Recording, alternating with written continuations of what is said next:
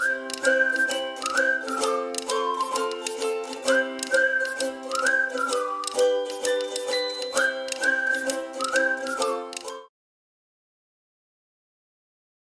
is my life story, and it's something that I always talk about. I mean, I did talk about it a couple of times, but actually nobody has ever heard it from the beginning.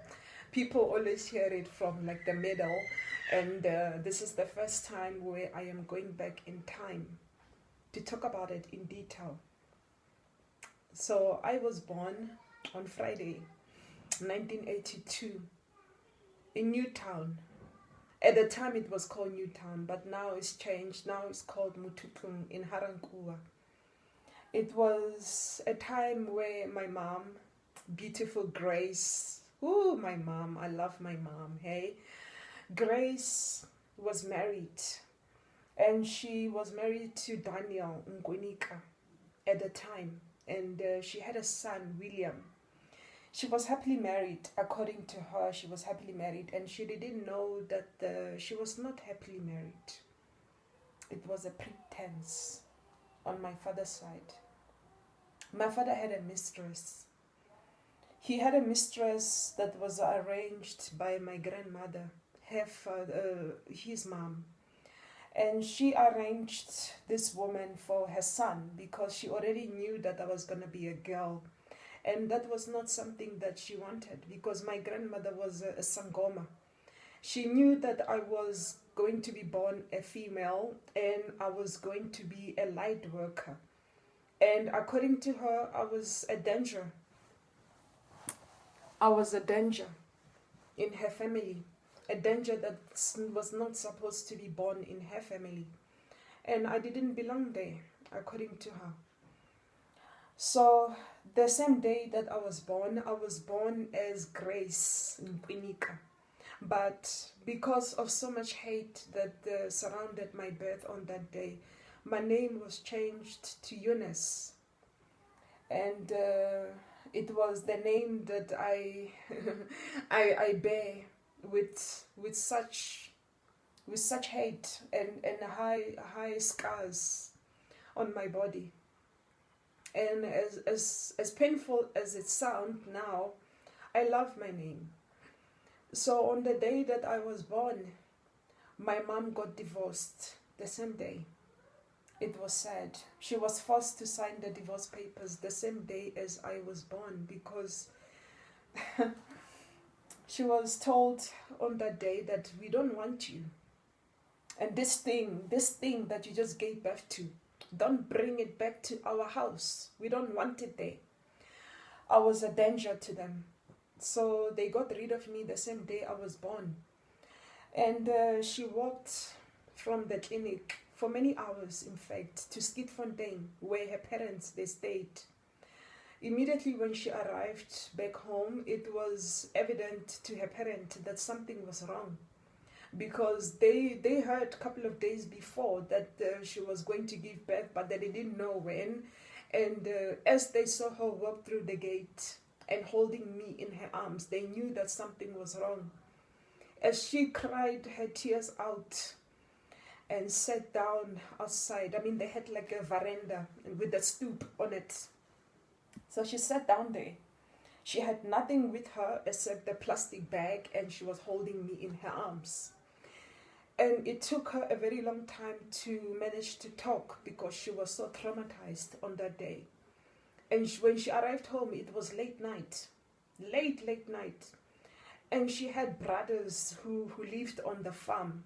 So they laughed straight out. They just laughed at her.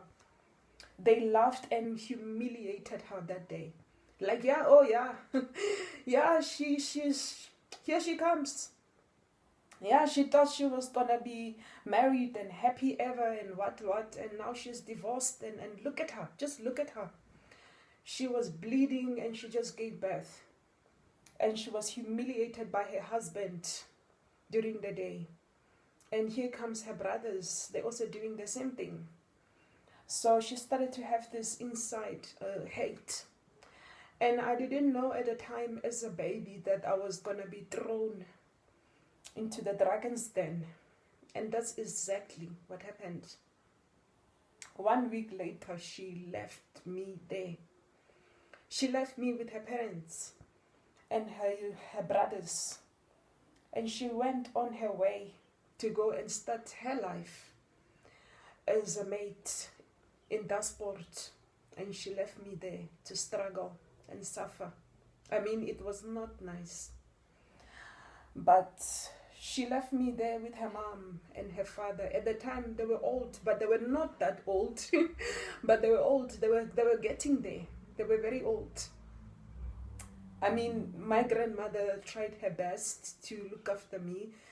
I was a newborn baby. She had no milk. She couldn't breastfeed me. So she found a best thing, which was her animals. She was getting milk every day from her animals, and that's how she looked after me as a baby. And shortly after that, they discovered that they couldn't stay in that farm much long because the person that allowed them to stay there apparently gave them a warning and said, you know what, your family must move out of this place. And they did. They moved to Winterveld to go and live in Jacqueline Dance. And they started doing what they know best, which was farming. They took me to the farm and brought me up there. I mean, it was like a huge farm where the whole family lived, and they built like little houses, and there was a main house, which that's where my grandparents stayed. And they built a house for my mom, my uncle Josiah, my aunt Sarah, and that's where they all built their little houses on the side. And as we lived in the farm, I mean, I grew up, and they took me to preschool, and they looked after me, my grandparents, I mean. But the hate didn't go away. The hate, apparently the hate grew. The hate started to grow and became bigger and bigger. My uncles, they made sure every day they tell me that I was a bastard. I didn't belong there. In fact, that they would kill me with their bare hands. If they had a chance, they would do that. And my Aunt Sarah, she made sure every single day on the farm that my life was hell. And she made sure of it. I mean, I was their mate. I became their mate as far as they concerned. They made sure that I was tortured, beaten, humiliated, and starved. And that's how they treated me on the farm. As I grew bigger and bigger, like 5 years, 6 years, 7 years, I became a maid in the farm. I would wash their clothes. I would wash their dishes and farm on the farm like I was a boy. I mean, I worked so hard like I was a boy in the farm.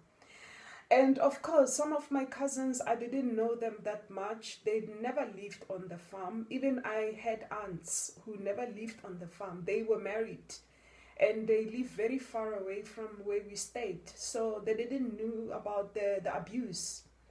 They had no idea what was happening. And my mom abandoned me. She went. She never came back for years and years and years. She went to have her own life as a maid, and she had boyfriends far away from the farm.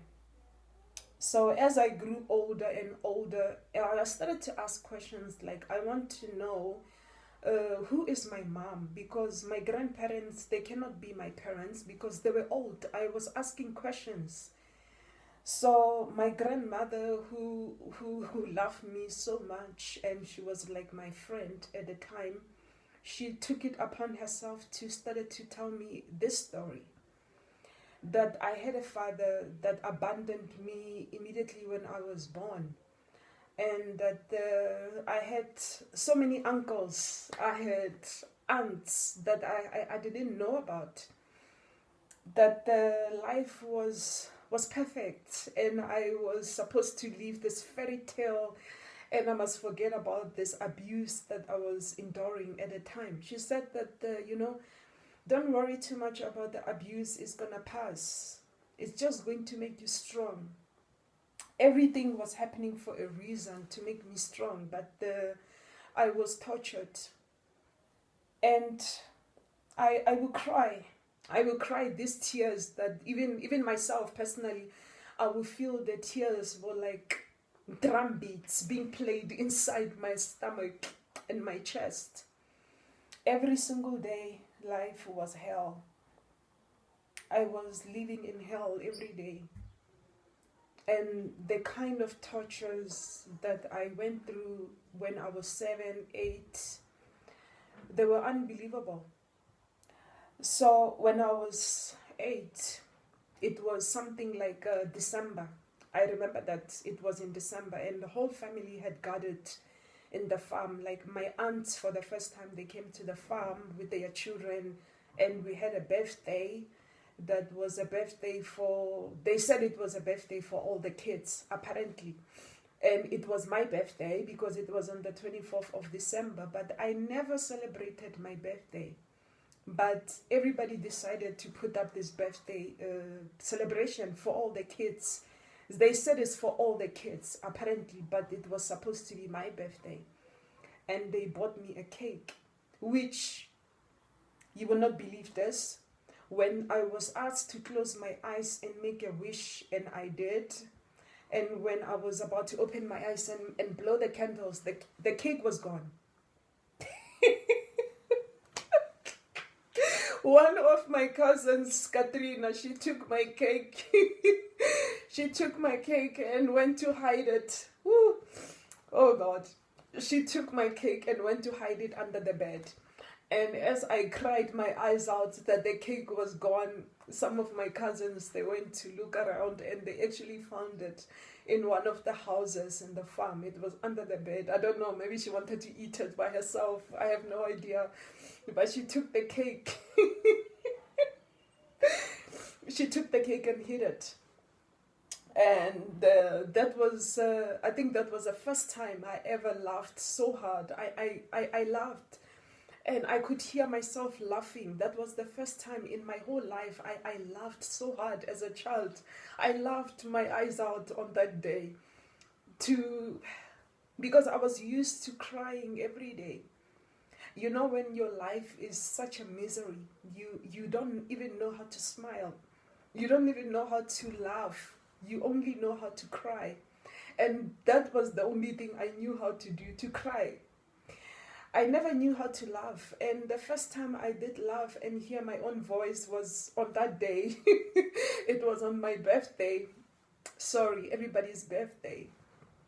That was the first time I laughed, and I was a skinny little girl that everybody, was laughing at the day when I laughed. Everybody just started laughing. They couldn't believe it, that, oh my God, she was laughing. And I could see as I was doing that I noticed something. I was a child. I was laughing. But after that, everybody left because they weren't staying in the farm, and they went back to their lives and left me back in the farm. And my misery started all over again.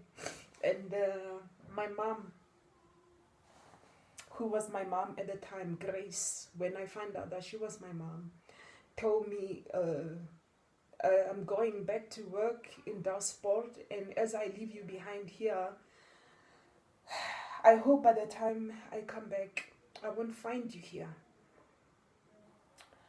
And she left again, and I was left in the farm with my uncle, Moses, and his girlfriend, and my grandparents, and my uncle Josiah and his family. I was left in the farm again to be a mate, to be a slave. I mean, my grandparents, they were old, and there's nothing that they can do, you know what I mean? So my life started again. I was working double shifts on the farm. I was a farm girl. I was fetching firewood and putting it on my head. I would collect firewood for the whole family, while my cousins, they stayed in their house and they painted their nails and enjoyed themselves. I would go and fetch water for them. I would clean the houses. I would cook for them. I would farm. And they did nothing. I would do all the chores in the farm, wash the clothes and iron the clothes. And I was 7, 8, 9 years old at the time. And I would do all these things on the farm for everyone. And nobody even bothered to ask me, June, what do you want? What would you like? And it was so strange because even when I was sick, I would still get up and do all the things, all the chores. Nobody cared about me if I'm sick or not. They didn't care. In fact, if I was sick, they would even tell me that, you know what, we don't care that you're sick. You get up and you go and fetch firewood and fill up the drums with water. And when you're done, make fire and cook for me because I'm hungry. And I would do those things even if I was sick. I would do every single thing as I was told. Otherwise, I would be beaten up. And I didn't want to be beaten up, but I would be beaten up. And as I was doing all those things, you will not believe it, my mom come out of nowhere one day, heavily pregnant, give birth to the child, and then she left me with the child. And my grandmother said to me, we're going to bring up this child by ourselves. So we did. We did bring up the child ourselves. And it carried on a couple of times, in fact. She will come back pregnant and leave the child with us and run off again. And nobody ever stopped her. Nobody ever did anything. Nobody ever say anything. She just went on her life like nothing happened. So I started asking my grandmother, you know what, I actually want to know who my father is because it's very important. I want to know who he is because I am tired of being abused. I want to find him. Maybe he will treat me better. Maybe he will love me.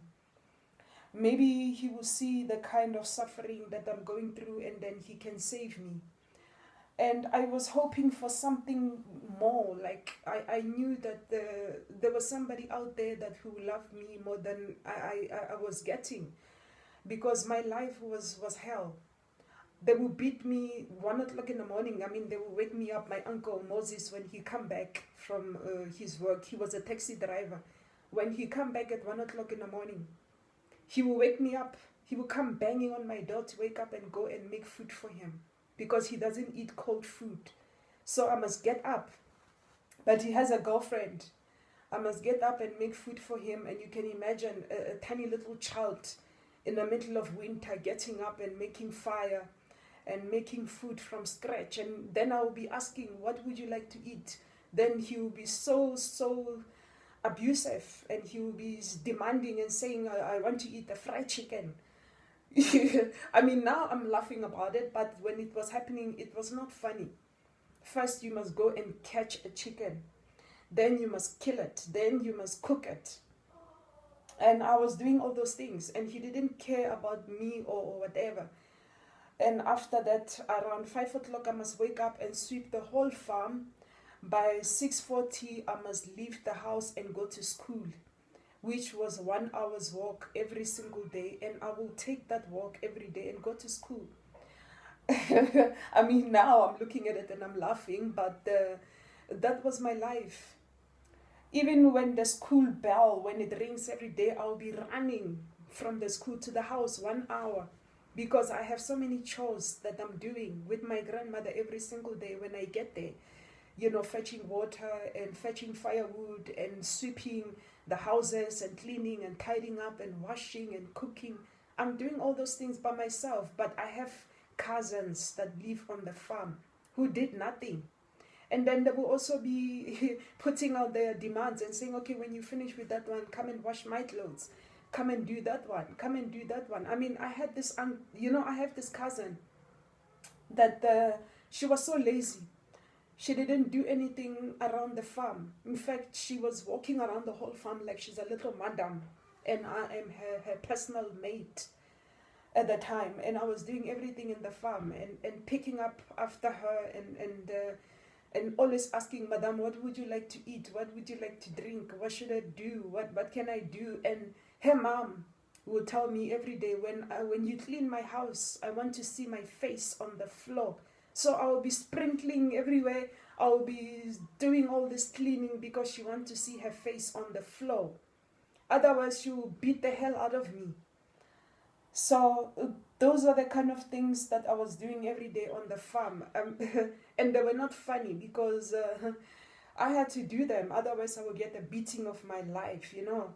So this is where the title, what I'm always saying, Dragons Den, because immediately when I was born, I was literally thrown into the dragon's den to die there. And I had to be strong. I live my life as if I'm a boy, because boys are tough. Boys, they don't cry. Why are you crying? You don't have feelings. I was told every day, you don't have feelings. I own you. And I decide whether you live or die. And you do what I want. And you do it well. So I did. Whatever I do, I did it like my whole life depended on it. Even if I was chopping firewood, I'll be chopping firewood because I knew my whole life depended on how I would chop the wood. And even if I fell down with a bucket of water, 10 kilo on my head, if I drop that bucket of water, I know for a fact I must still go back and fill it up and put it back on my head. So whatever I did, I had to perfect it, and I have to do it exactly as they wanted. Otherwise, they will beat me. So I did. I did everything. And just thinking about it just makes me feel sad. So sad that my whole life was just nothing. I lived my whole life for them. I did everything to make them happy. Every single thing I did every day was to make other people happy, not myself happy. I mean, I didn't have a childhood.